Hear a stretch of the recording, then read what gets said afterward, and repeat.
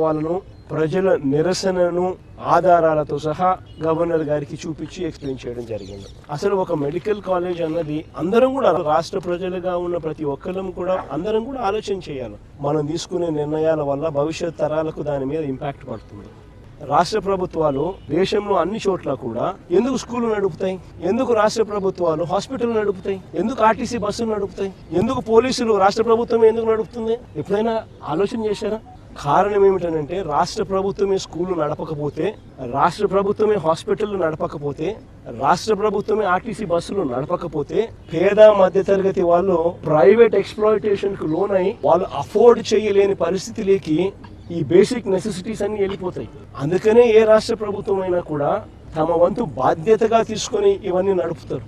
అన్ని ప్రైవేటైజేషన్ చేసుకుంటా పోతా ఉన్నాము అని అంటే అసలు ఇంకా ప్రైవేట్ ఎక్స్‌ప్లాయిటేషన్ కు చెక్ అనేది ఎక్కడ ఉండదు. పేదవాడికి మధ్యతరగతి ప్రజలకు సేవలు అనేటివి ఎక్కడ అందుబాటులో ఉండవు. మనం 17 మెడికల్ కాలేజీలు రాష్ట్ర ప్రభుత్వం అంటే వైఎస్ఆర్ కాంగ్రెస్ పార్టీ అప్పట్లో ఒక విజన్తో తీసుకురావడం జరిగింది. ఆ జిల్లా కేంద్రంలో ఈ మెడికల్ కాలేజీ తీసుకురావడంతో అక్కడ మెడికల్ కాలేజ్తో పాటు టీచింగ్ హాస్పిటల్ కూడా అందుబాటులోకి వస్తుంది. టీచింగ్ హాస్పిటల్ అంటే అది ఒక మల్టీ స్పెషాలిటీ హాస్పిటల్.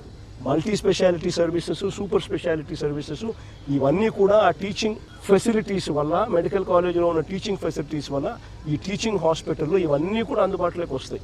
పేదవాడికి ఎవరికైనా కూడా, పేద మధ్యతరగతి వారికి ఎవరికైనా కూడా ఉచితంగా ఈ సూపర్ స్పెషాలిటీ సేవలు, ఈ మల్టీ స్పెషాలిటీ సేవలు, ఈ వైద్య హాస్పిటల్స్ ద్వారా, ఈ టీచింగ్ హాస్పిటల్స్ ద్వారా ఇవన్నీ అందుబాటులోకి ఫ్రీగా వస్తాయి పేదవాడికి. ఒకవైపున ఇది రావడమే కాకుండా దీనివల్ల జరిగే బిగ్గెస్ట్ అడ్వాంటేజ్ ఏంటి అని అంటే ఈ హాస్పిటల్లో ఎప్పుడైతే ఇలాంటి సేవలన్నీ ఉచితంగా పేదవాడికి మధ్యతరగతి వారికి అందుబాటులోకి ఎప్పుడైతే వస్తాయో, చుట్టుపక్కల ఉన్న ప్రైవేట్ హాస్పిటల్లో 30 కిలోమీటర్ల అవతల ఉన్న ప్రైవేట్ హాస్పిటల్లో, చుట్టుపక్కల ఉన్న మిగిలిన ప్రైవేట్ హాస్పిటల్స్ ఇష్టం వచ్చినట్టు రేట్లు ఛార్జ్ చేయలేవు.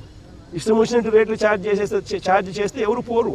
ఎందుకనంటే teaching hospital, government teaching hospital అవైలబుల్గా ఉంది కాబట్టి. పేదవాడికి ఆరోగ్య భరోసా ఇచ్చేది ఈ 17 మెడికల్ కాలేజీలు, తద్వారా వచ్చే 17 మెడికల్ టీచింగ్ హాస్పిటల్స్.